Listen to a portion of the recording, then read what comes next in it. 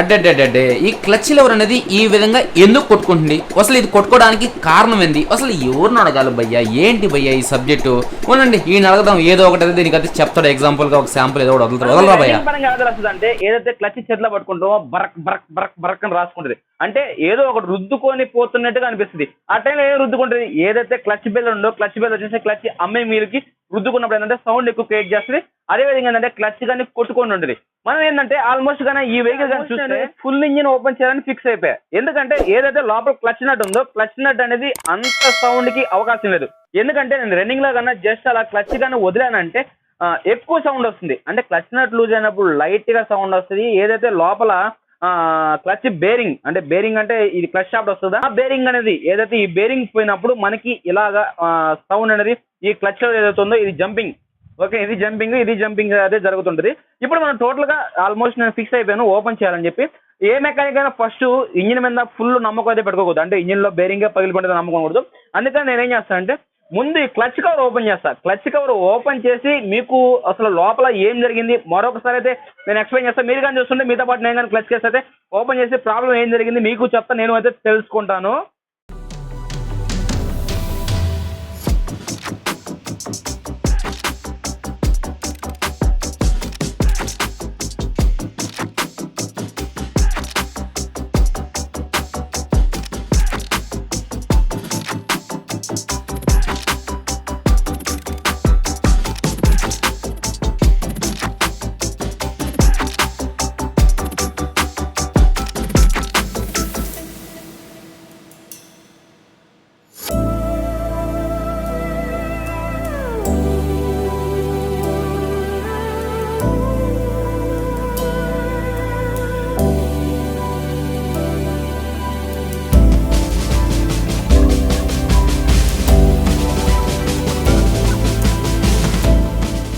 Friends నేనైతే clutch అయితే open చేశాను. ఇప్పుడు ఓపెన్ చేసిన తర్వాత ఏదైతే మనకి ఇది క్లచ్ వస్తుంది కదా, ఇది కానీ ఊపితే టింక చెక్క. ఇంకా మీకు క్లారిటీగా అర్థం అవ్వాలంటే మనం ఏదైతే ఈ రోటర్ ఉందో రోటర్ నట్ ఓపెన్ చేస్తాం. యాక్చువల్గా మీరు ఎప్పుడైనా సరే క్లచ్ అలా కొట్టుకుంటుంది అనుకున్నారంటే ముందు మీరు క్లచ్ నట్ చెక్ చేసుకోవాలి. క్లచ్ నట్ అనేది ఈ నట్ లూజ్ ఉన్నా సరే సేమ్ ప్రాసెస్ ఉంటుంది. నేను ఏంటంటే ఆ సౌండ్ బట్టి ఏదో మాకు కొద్దిగా సీనియరిటీ ఉంది కదా, ఆ సీనియరిటీని బట్టి ఏంటంటే ఇది లోపల బేరింగ్ పోయింది. నీకు ఇంత ముందుగానే ఒక వెహికల్ చూపించా, సిబిఐ ఎక్స్ఎంఓ దీనికి చూపించా, చూసారా ఇంత ప్లే ఉంది. కొద్దిగా ఇంకా డౌన్ చేస్తాను క్లారిటీ వస్తుంది. ఇప్పుడు చూడండి,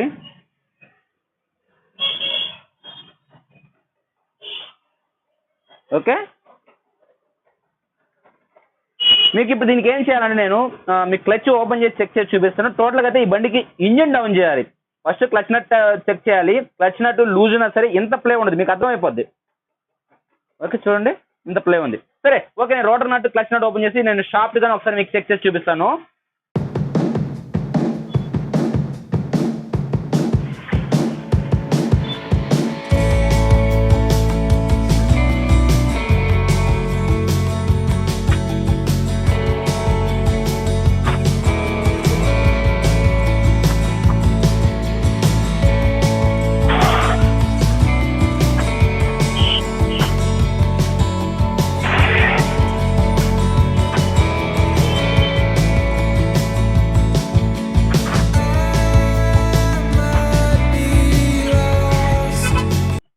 ఓకే ఫ్రెండ్స్, టోటల్గా చూడండి నేను క్లచ్ అయితే ఓపెన్ చేశాను.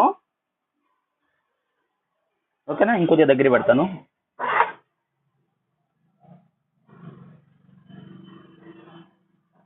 చూసారా,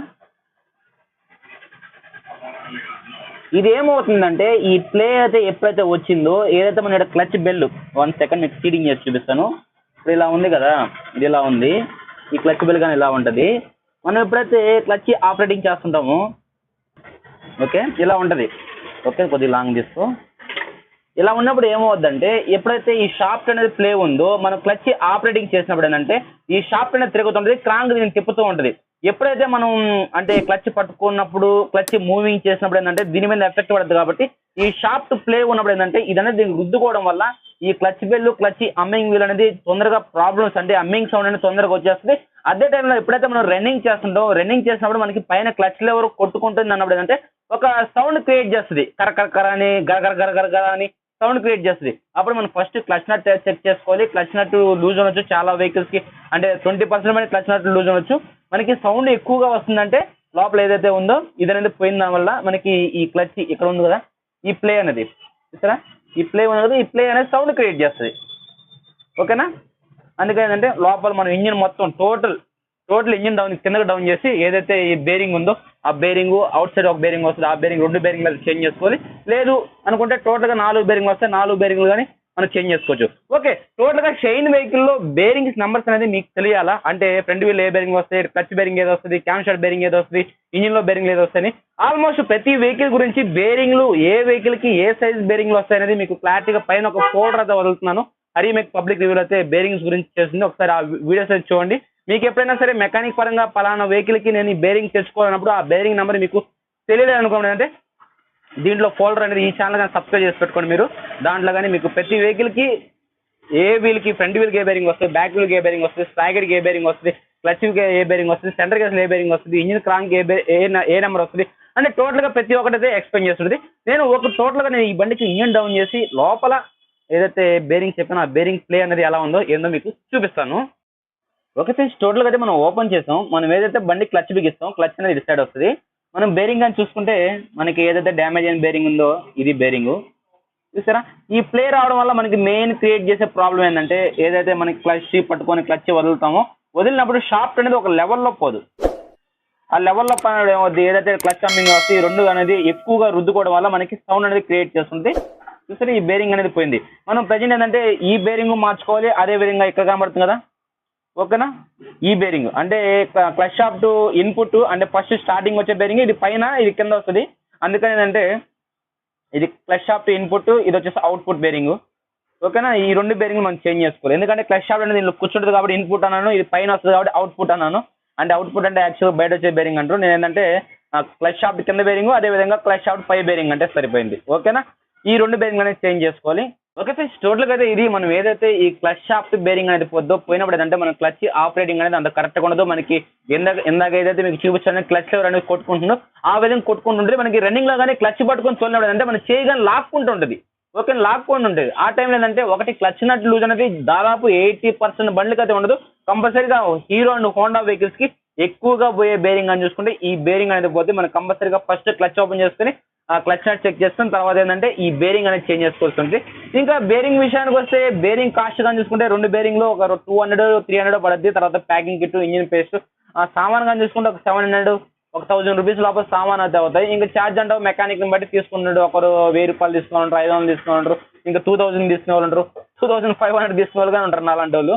అందుకని టోటల్ ఏంటంటే ఒక ఎగ్జాంపుల్ మీకు ఏదైతే క్లచ్ అనేది కొట్టుకున్నప్పుడు ఇంజిన్ లో బేరింగ్ అనేది ఏదైతే క్లచ్ బేరింగ్ అనేది పోయిందని చెప్పేసి మీకు అర్థమైన కోసం వీడియో ఇస్తాను. టోటల్గా మీ వీడియో నచ్చిందని కూడా లైక్ కామెంట్ చేయండి. మీ friends and family members video తెలిసి మన ఛానల్ సపోర్ట్ చేయండి, ఎందుకంటే చాలా రిస్క్ తీసుకున్నాం మీకోసం అయితే. Okay, thank you. జై హింద్, జై భారత్.